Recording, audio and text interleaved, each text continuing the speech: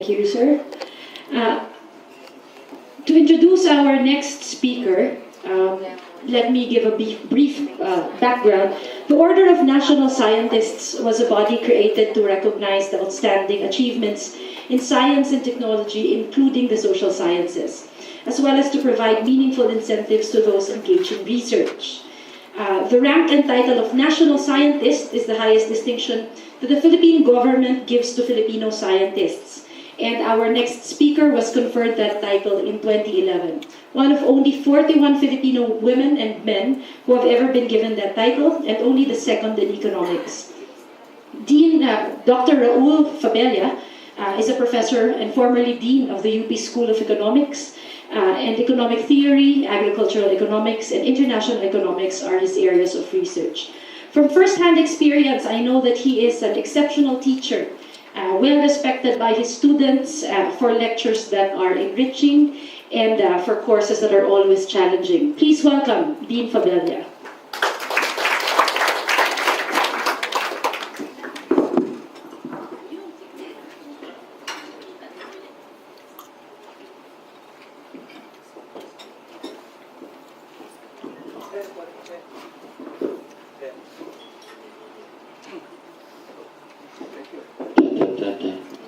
Thank you. Thank you for inviting me. I don't have a PowerPoint because I was dragooned into this task only yesterday. But AER is close to my heart, and so I'm here. Business world is also close to my heart. Among the people gathered here, I have to say, as full information, that I'm a neoliberal. Take a good look. If you haven't seen a neoliberal in flesh, here it is. You don't count. And even then. But I haven't. My description of myself is a neoliberal in the tradition of Deng Xiaoping. Okay, I've studied Deng Xiaoping's career and thought. And in many areas he was neoliberal. And I am neoliberal in that tradition. I was once invited to a group of labor union people. And the issue was, should we allow cement at a lower tariff? And they started with the idea that that is imperialism.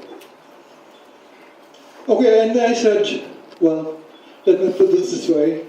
This is a neoliberal's position, but I'll tell you why I'm a neoliberal in this case. So I'm neoliberal at a case-to-case basis. If you keep foreign cement out, what you're going to do is you're going to increase the price of cement in the domestic market. Who are the producers of cement in the domestic market? 3 international global multinationals. So are you going to give them more money in their pockets?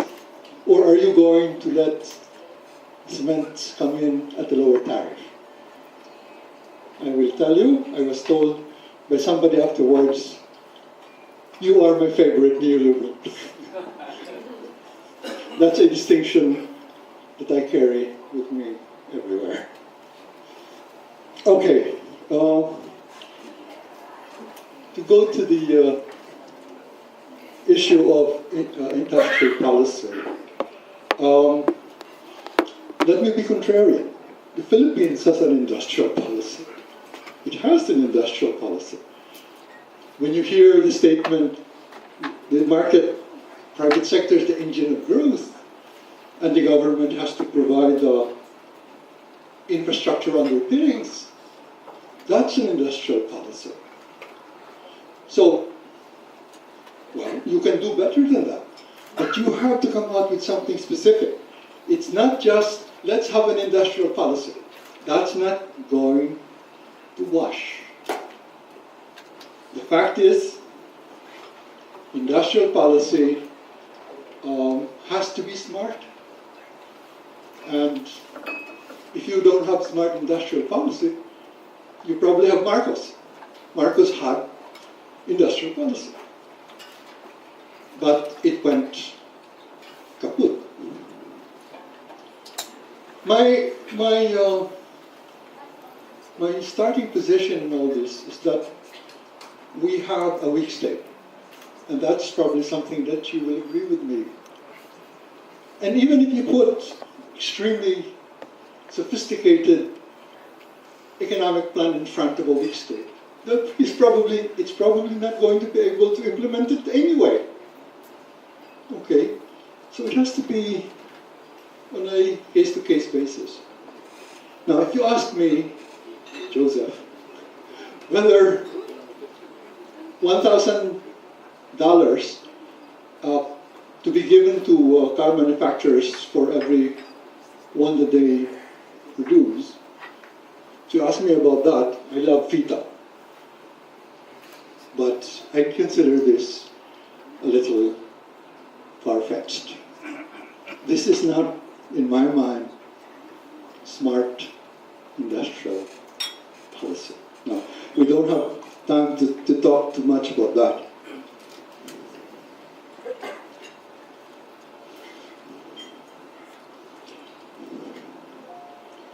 Okay. With respect to export-oriented industrialization, that is from our first speaker. If you tell me that we are export-oriented, I would say, no way. No way. We are not export-oriented at all. There might be some noise associated with export orientation, but we never were export oriented. Now, why? I was in a forum with Ronnie Concepcion, and our host was Chris Aquino. But before we got to the stage, we get to talking, and usually we don't talk. Why? It came out clearly when his first statement. The problem with you, from the School of Economics, is that you don't understand protection. Economic protectionism. So I said, I beg your pardon, but at least for me, I'm a protectionist. And he said, why? We've always thought of the School of Economics as neoliberal. I said, I'm a protectionist, unfortunately. So I'm a neoliberal on a case-to-case basis. And he said, so how come? I said, look, you want to protect Philippine industries in Manila with tariffs and quotas. I want to protect Philippine industries in Manila, in San Francisco, in Hamburg. Exchange rate. I don't want to protect Philippine industries here in the Philippines. I want to protect them wherever they sell their products, like the bastard Chinese. I said, I don't know if he understood, but before he was able to react, we were called to the stage, and that's the end of it. So, protectionism in this way is what I call neoliberal. I want to protect domestic industries here and everywhere else they operate. That's why I want the exchange rate to be correct.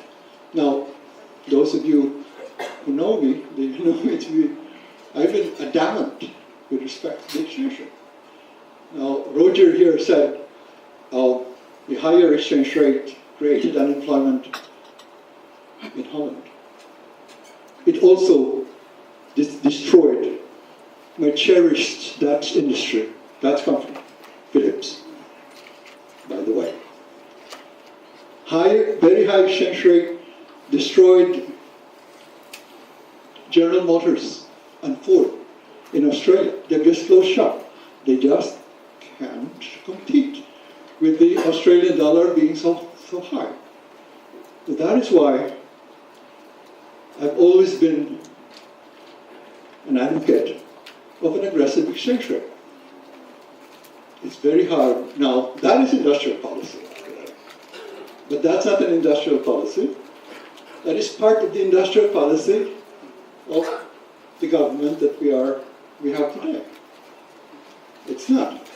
Every time we talk about aggressive exchange rate, the central bank simply says inflationary. And that will violate our DOR, which is inflation targeting. But that's too long. Okay. In respect to Pinoy, well, I look at very few indices already in my old age. I don't look at too many indices like you guys. I look at the investment rate. If the investment rate of a country is 22%, that's not good enough. If the investment rate of the country grew from 20% or 19 to 22%, that's not an achievement. If the investment rate under Pinoy went from 20% to 28%, I'd say something is happening here. But it hasn't. Okay. Now I look at the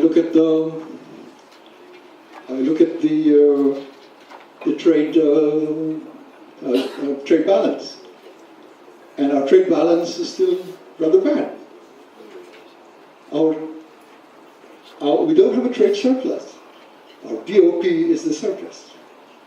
But that's because of something else that has nothing to do with government policy. Why is the investment rate so low? Well, I'll hark back to a very recent event. There was a water mediation panel for Maynilad on the treatment of income tax and Manila water. Manila water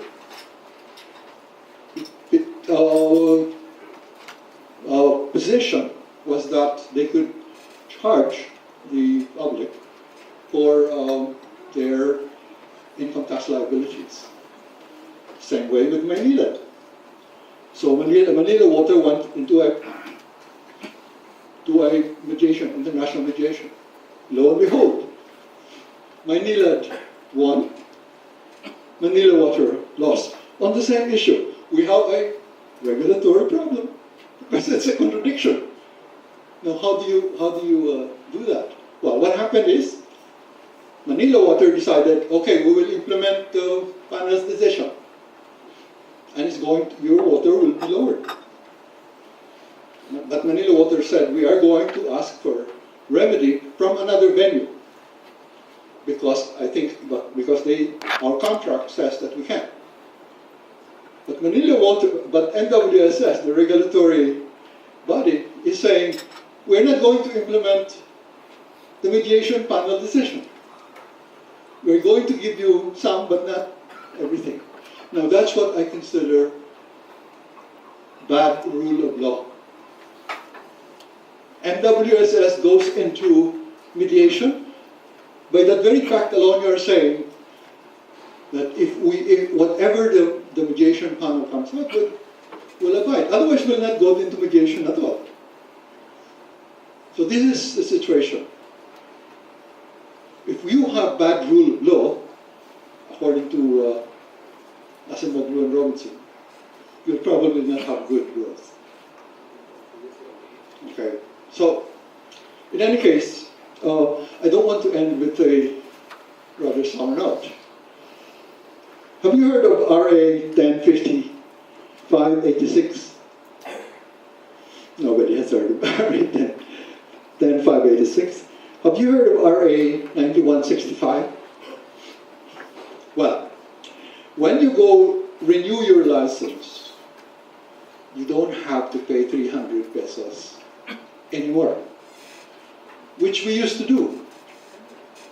Because we were governed by RA 9165 for the Dangerous Drugs Act. And mandatory testing.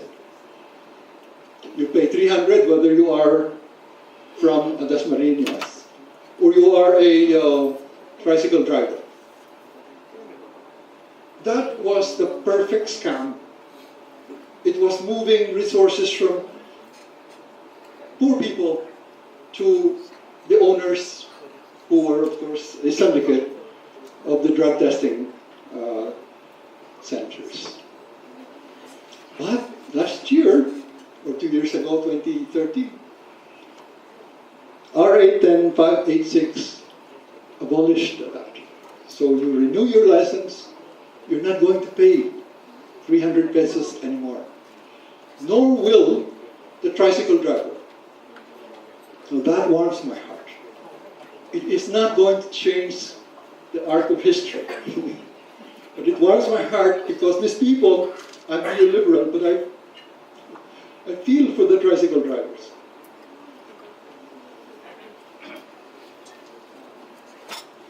And I think I'll stop there and we can discuss. Thank you.